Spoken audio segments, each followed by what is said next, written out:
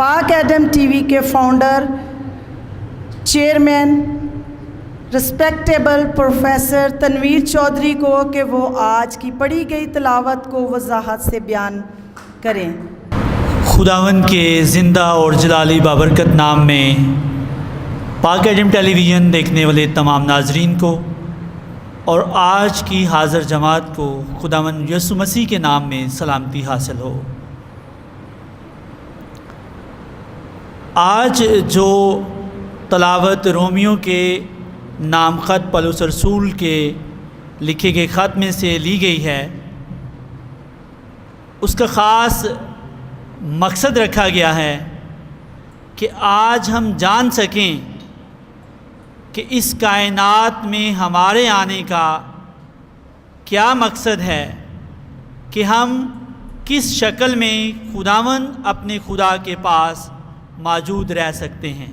تو تلاوت کلام پاک میں جس طرح پولس رسول کہتا ہے، مخاطب کرتے ہوئے کہتا ہے کہ آئے بھائیو، اور روحانی طور پر بھائی کون ہوتا ہے جاننا بہت ضروری ہے۔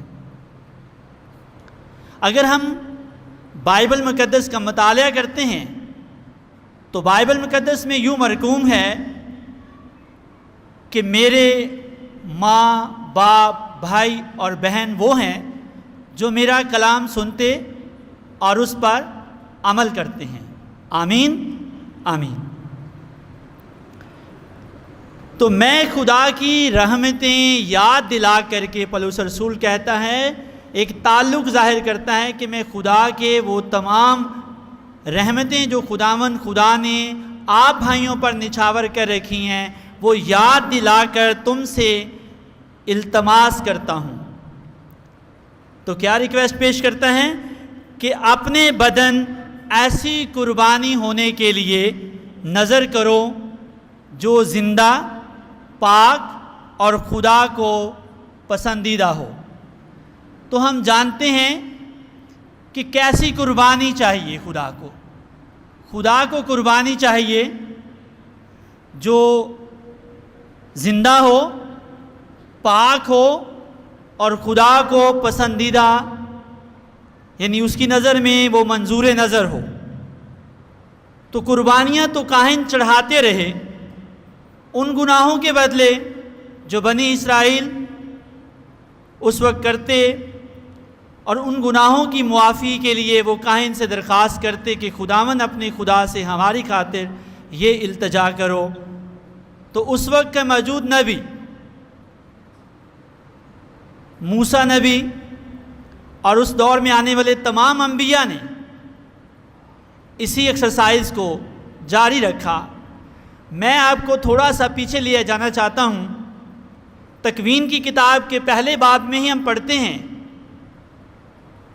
جب خدا نے انسان کو خلق کیا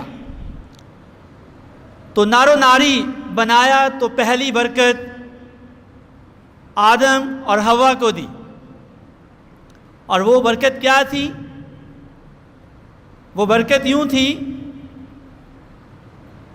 بڑھو، پھلو، پھولو اور زمین کو معمورو، محکوم کرو۔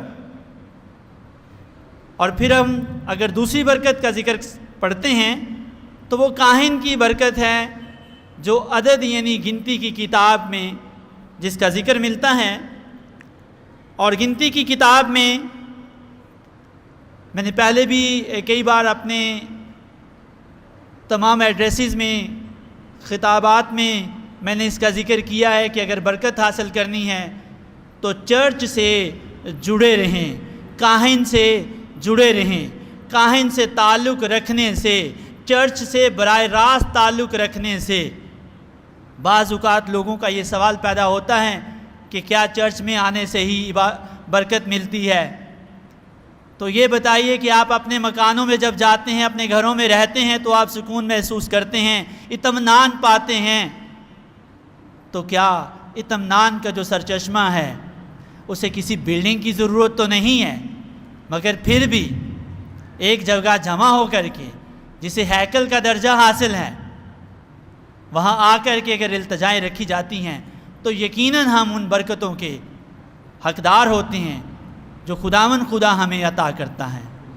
تو پولس رسول جو ہیں وہ جب رومی حکومت، آپ جانتے ہیں کہ رومی سخت گیر تھے، تو ان کی سخت گیری کے سبب سے نہیں بلکہ خداوند کی اس محبت میں وہ انہیں کہتا ہے کہ جو خداوند نے آپ کو برکتیں دے رکھی ہیں، رحمتیں دے رکھی ہیں، جو اس نے آپ پر اپنے فضائل برسا رکھے ہیں، اسی لیے پولس رسول کہتا ہے کہ میرے لیے تیرا فضل ہی کافی ہے۔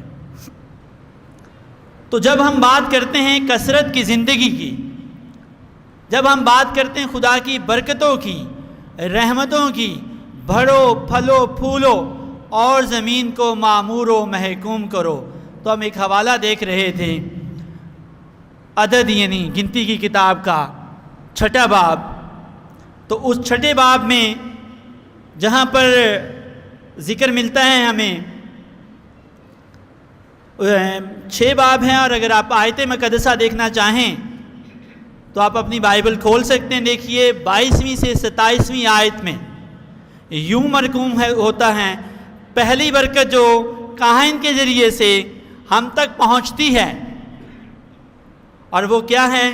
پہلی برکت جو خدا دیتا ہے وہ کہتا ہے کہ میری آپ حفاظت میں آگے ہیں، یعنی میں آپ کا محافظ ہوں، میں آپ کا حفاظت کرنے والا ہوں۔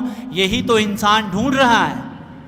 اگر ہمارا کوئی محافظ ہو، سمپل سی ایگزامپل ہے، میں اپنے گھر کو، آپ اپنے گھر کو، آپ اپنی بلڈنگ کو، آپ اپنے محل کو ایک گارڈ کے حوالے کرتے ہیں، ایک تالے لاک کے حوالے کرتے ہیں، اور پھر آپ پرسکون میٹھی نیند سو جاتے ہیں کہ آپ چور نہیں آنے والا۔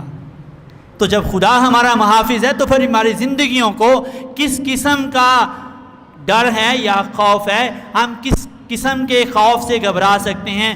بالکل بھی نہیں۔ اور پہلی بات کہ خداوند کیا کرے؟ ہمارا حفاظت کرنے والا ہے۔ اور اسی برکت کا دوسرا کہ خداوند اپنے چہرے کا نور تم پر برسائے، خداوند اپنے چہرے کا نور تم پر چمکائے۔ تو جب اس کے نور چمکتا ہے، پاک روح القدس نازل ہوتا ہے، تو بند کمرے میں شاگرد جو ہیں وہ روح سے بھر جاتے ہیں، اور پھر ان کا ڈر نکل جاتا ہے۔ وہ کسی قسم کے خوف میں مبتلا نہیں رہتے، بلکہ وہ باہر نکلتے ہیں اور خداوند اپنے خدا کے نام کو پرچار کرنے کے لیے دنیا کے کونے کونے تک پہنچ جاتے ہیں۔ اور جب وہ بولتے ہیں تو یوں لگتا ہے کہ یہ میری ہی بولی بول رہا ہے۔ جب ہم روح میں ہوتے ہیں تو روح میں تمام لوگوں کی زبان ایک ہوتی ہے، کیونکہ ان کا محافظ اور ان کا محبت کرنے والا اور ان کو اختیار بخشنے والا، ان کو حکومت دینے والا، اور وہ بادشاہ خداوند خدا ہی تو ہے۔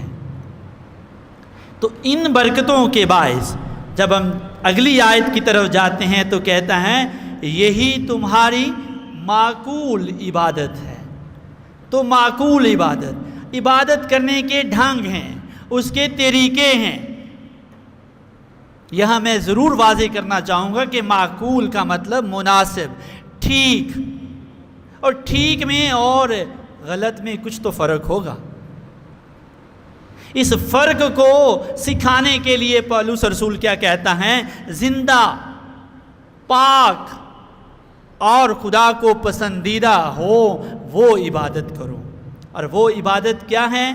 میں اپنے سارے دل، میں اپنی ساری عقل اور اپنی ساری جان سے خداوند اپنے خدا کو کیا کرو؟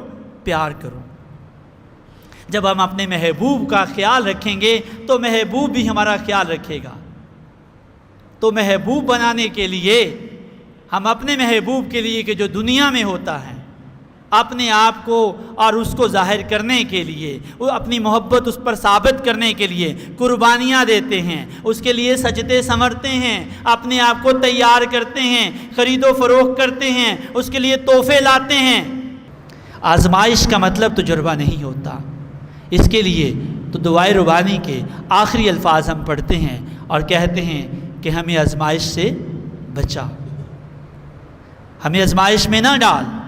لیکن اس سے پہلے شرط ہے، جس طرح ہم اپنے قصورواروں کو معاف کرتے ہیں تو بھی ہمارے قصور ہمیں معاف کر. یہ پاک اور معقول عبادت ہے.